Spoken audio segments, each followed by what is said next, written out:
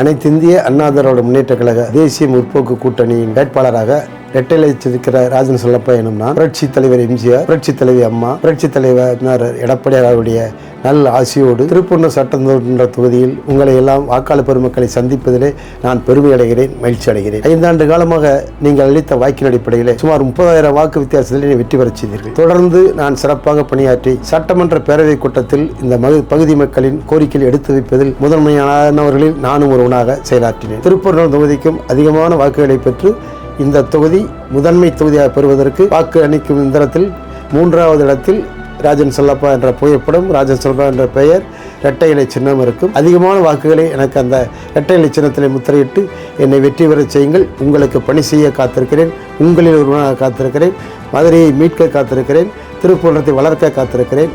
அனைவருக்கும் நன்றி, வணக்கம். நமது சின்னம் இரட்டை இலை, உங்கள் சின்னம் இரட்டை இலை. இரட்டை இலைக்கு வாக்களியுங்கள். நன்றி, வணக்கம்.